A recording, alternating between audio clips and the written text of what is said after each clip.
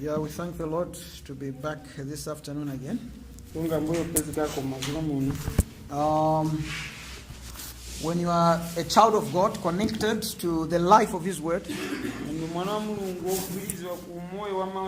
it's always a joy to be in fellowship and to hear the Word. But when that life is not in you, well, church is boring. But when we love the Word, we just love to be in His presence. Now, we want to continue with the thought we started in the morning. And we want to focus very much on the handwriting on the wall. Now, shall we just stand as we read? You know, whilst the feast was going on, people were drinking, enjoying themselves, others dancing. Well, the whole atmosphere could have been electrified.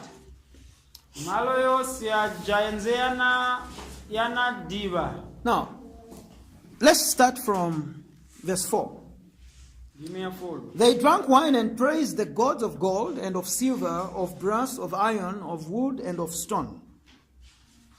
In the same hour came forth fingers of a man's hand, and wrote over against the candlestick upon the plaster of the wall of the king's palace. And the king saw the part of the hand that wrote. May the Lord bless the reading of His word. Amen. You may be seated.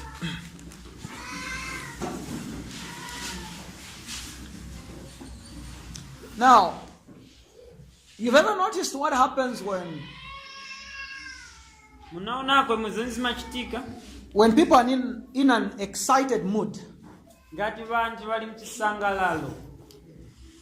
or during certain celebrations or a festival of some sort?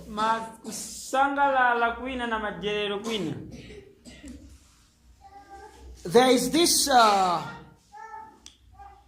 mob psychology, so to speak, you know, which excites people.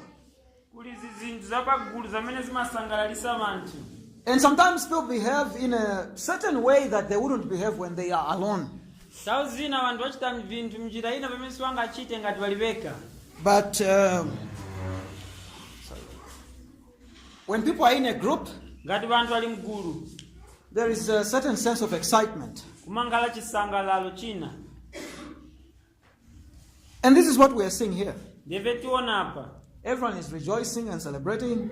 Well, one thing you need to know is there are spirits to these things. Huh? When there is a coming together, whether it is of the flesh or it is for spiritual things, there is something that happens in a group. If it is believers, when you come together, you worship the Lord. Well, there is a spirit of God's blessings upon that gathering. And there are certain things which can happen, which cannot happen when you are alone. And that way your spirit is built and nourished. Now likewise, when non-believers gather and celebrate and do their things,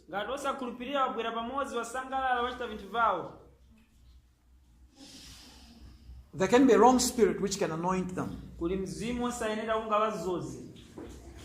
And what we want to do is to gather under the blood of Jesus Christ and under the leadership of His Spirit. Amen? Now, you notice this thing here. They drank wine, praised the gods of gold. And remember what Belshazzar did. He took vessels of the Jewish temple, which we believe is the only one true God, Yahweh or Jehovah. And as he did that,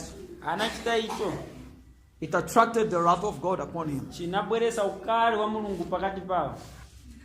And in the same hour came forth fingers of a man's hand, and wrote over against the candlestick upon the plaster of the wall of the king's palace, and the king saw the part of the hand that wrote.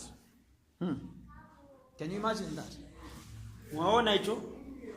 As they were celebrating, then a man's hand came writing on the wall. Now, it's not everyone who saw the hand. It was Belshazzar who saw it. Everyone else saw the writing. But by the time the king screamed to see what was happening,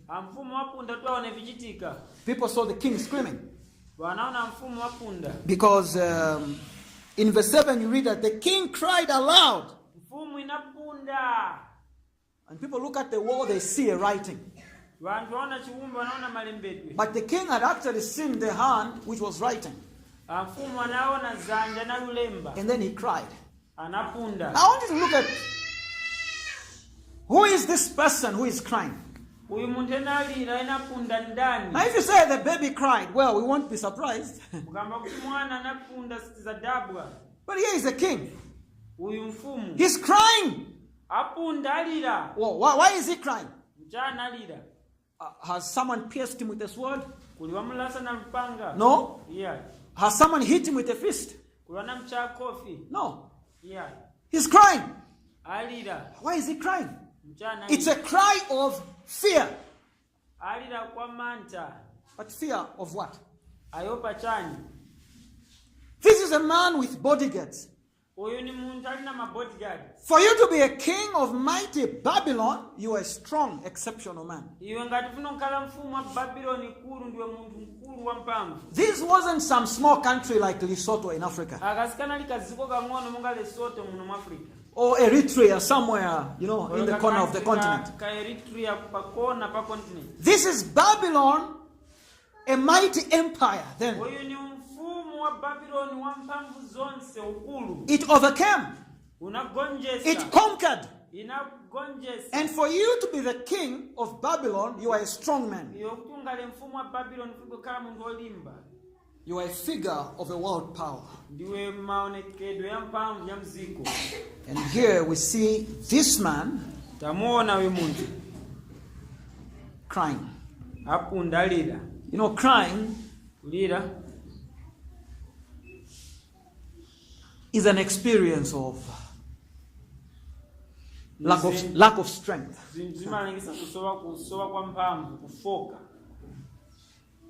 Crying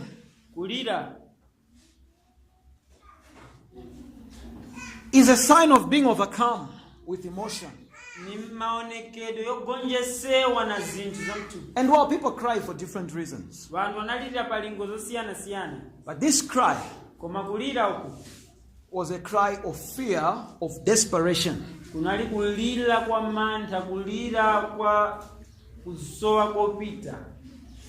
But why would such a person give out such a cry? When we're in a group like this, there's a sense of security that you feel. It's a common human feeling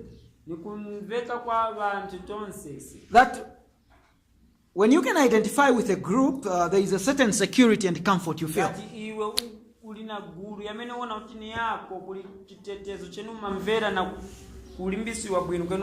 But when you discover you are alone in a certain thing, there is a sense of insecurity.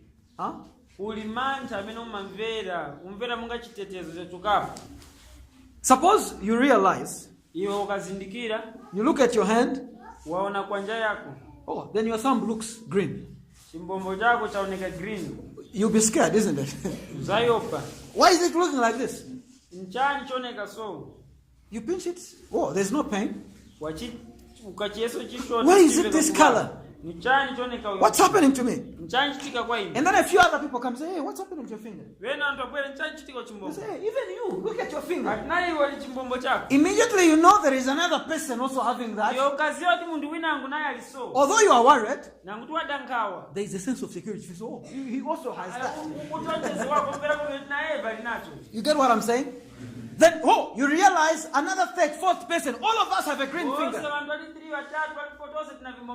But when you realize you are alone in something, you don't feel the group security and sense of security. That's how human beings are. You know why? We are strangers in this world. And no matter how old you are, you are still a stranger in this world. There are still so many things we don't know. Because we only relate with our environment through what we see, touch, feel, and smell.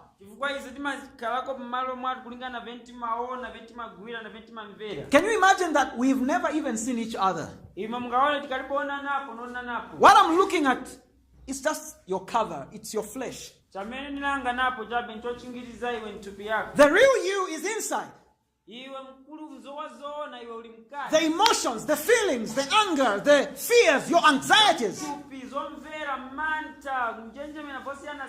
they are concealed behind what we are saying. And that is why a human being can smile at you, but you don't really know what goes on in his mind. That is true, isn't it? You know, can you imagine what would happen if suddenly we were able to see each other's feelings, anxieties, and all that, and you were able to pierce through that dimension and see? You realize there's a bigger dimension to a human being than what you see. And this nature of things, it can make human beings pretend. One can put on a very nice outfit and seems to look very relaxed. But behind that nice clothing, behind that beautiful, handsome looking body, there could be certain anxiety that is eating a person alive. You know, there are certain people, they look happy in public, but they have tears whenever they are alone in solitary. Because many times we are not what we are physically. But you know, there is a God. When he looks at you, he doesn't just see the necktie and the nice outfit you're putting on. When he looks at you, you look naked. I don't mean naked that your clothes are out. He sees a complex figure full of emotion, fear, and all that.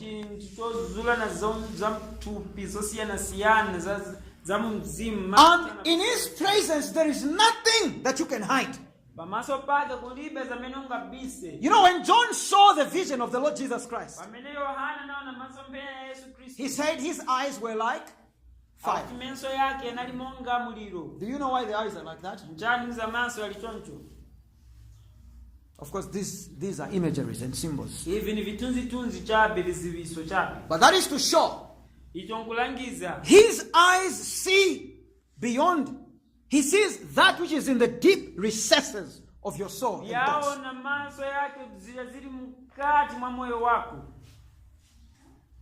He doesn't just hear the voice you speak. He sees what goes with that voice, what is beneath that voice. Praise the Lord, amen? Amen. And here, this man Belshazzar, a man completely sold out to carnal things. The celebration was going on. People were happy. People were drinking wine. Others were dancing. Well, and human beings really feel good in the company of each other. But if only the curtain can be pulled a little bit and we see the other dimension, you really see the vanity and vanities of this world. You realize that we haven't seen much in this world. And woe is a man who lives life by what he sees with his physical eyes. Because there is more to this life than what we see. And that is why we live not by what we see, but by faith. Amen. And this Belshazzar, he had a glimpse of the supernatural. He was a king. He had the security. There was a crowd around him. But a simple manifestation of the supernatural, it isolated him. Suddenly he felt very insecure. No matter how close you could have been with Belshazzar, when the supernatural manifests, it is so penetrating and so piercing. You can never feel the good security. You can never feel a sense of security in a crowd of people. Why? The presence of God is awesome. A glimpse into the supernatural, it makes someone realize he is alone. And verse 7 says, the king cried, not just cried, he cried aloud. Why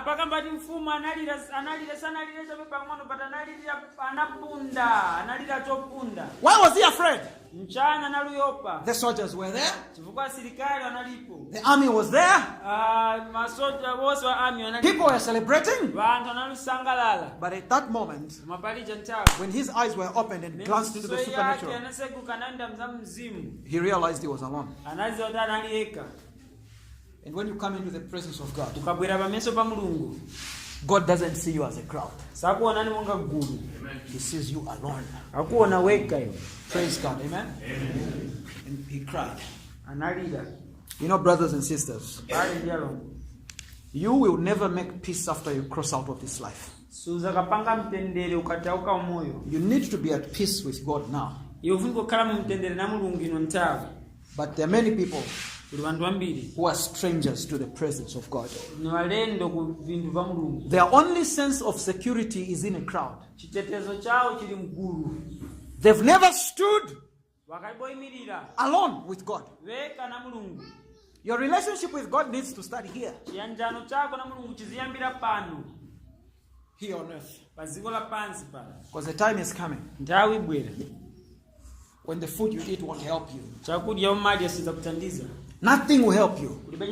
No manner of earthly company will sustain you. That day when the supernatural will slap your face.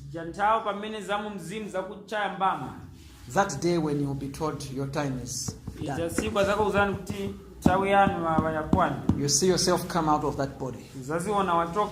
And you enter into a new dimension, into a new world. Completely foreign. And this is something which has scientific data to it. When Brother Chawanza was talking about near-death experiences, those of you who've read my book,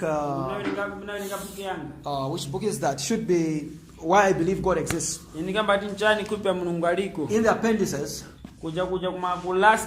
I have put a news report of a certain scientific research they've been doing on near-death experiences. These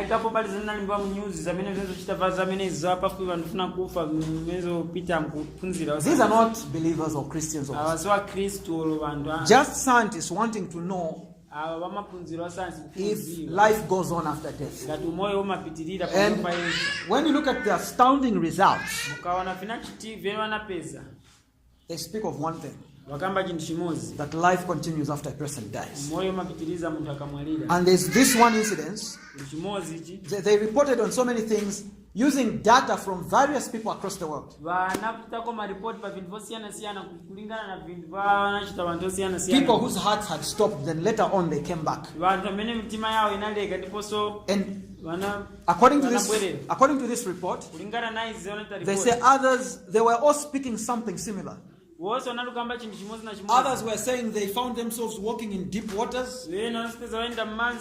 Others were saying they were seeing a great light. And then they were able to describe things that were happening in the hospital with astonishing accuracy. And there's one man, I can't remember whether it was a man or a woman, as they were trying to resuscitate him, then the heart and the brain shut down. And there is a way one machine sounded, and something which happened in that room. And the man said, I had come out of the body and I was standing right in that corner there. And he started describing what was happening. He said that machine gave a certain beep and this happened and that happened. And wow, it was amazing because it was so accurate. And the data showed at that time the brain, the heart had completely shut down. And the events this man described of what happened in the room was exactly correct. And remember the one incident, I think my wife was watching something on YouTube of a woman who saw, I think it was a shoe on top of a building. Now,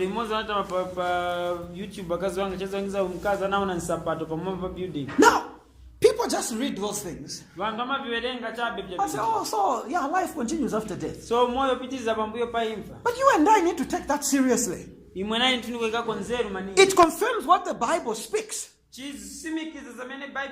that life continues even after this life. And to me, that is abundantly important. Because it tells me the importance of things I do needs to have an eternal value.